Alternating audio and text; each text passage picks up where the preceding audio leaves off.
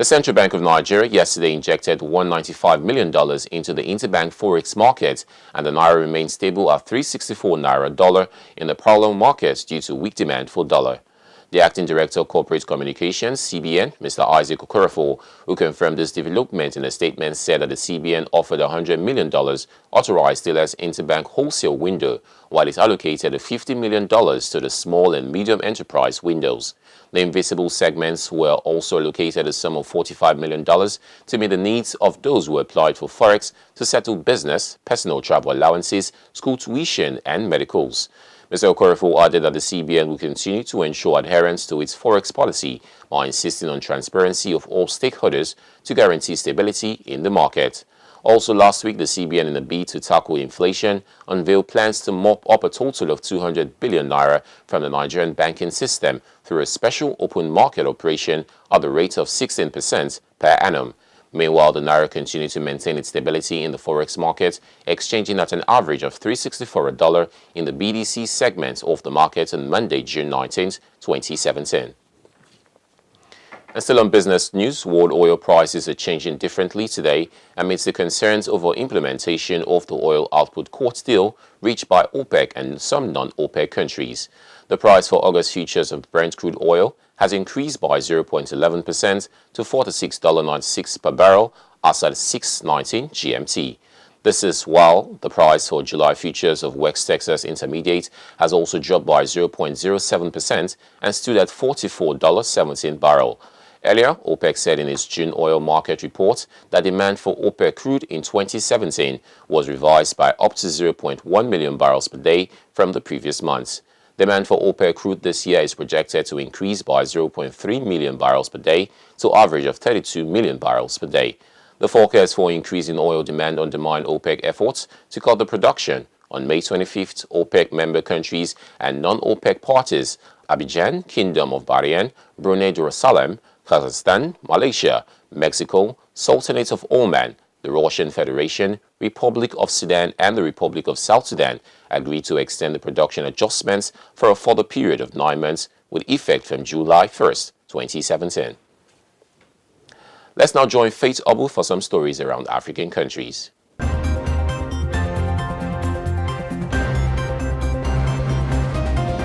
Thank you, Stanley.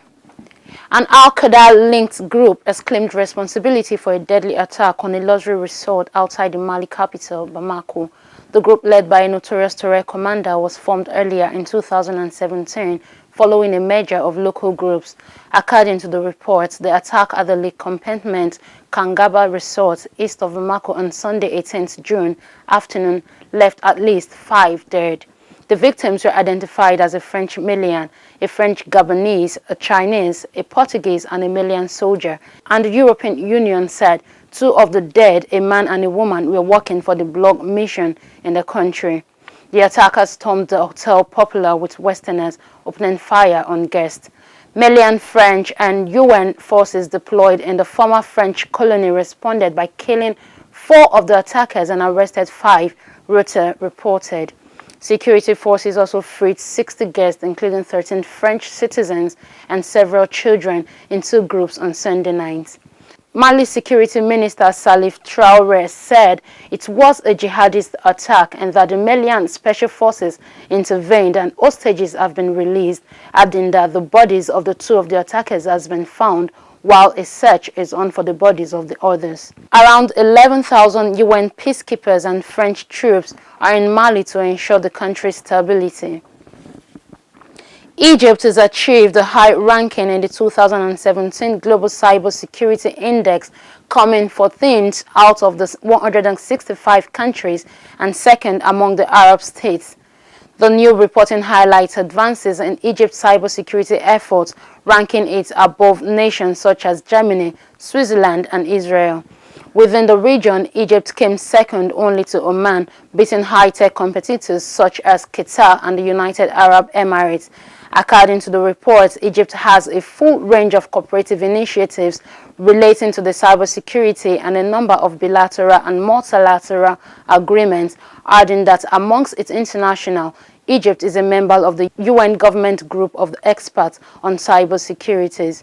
Globally, however, Egypt comes after Singapore, United States, Malaysia, Australia, France, Canada, United Kingdom, Russia, Japan, and Korea. The index was first launched in 2014 to help foster a global culture of cybersecurity and its integration at the core of information and communication technology.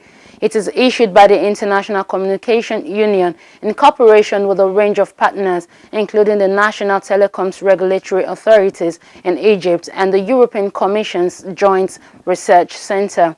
The index is based on the survey that measures the commitment of member states to cybersecurity in order to raise awareness. It revolves around the ITU Global Cybersecurity Agenda and its 5 pillars: the legal, technical, organizational, capacity building, and cooperation. Among the key concerns relating to the cybersecurity is the ability of hackers, whether independent or linked to a state, to gain access to IT systems and either steal data or somehow compromise the system. We'll be going on a short break. World news when we return.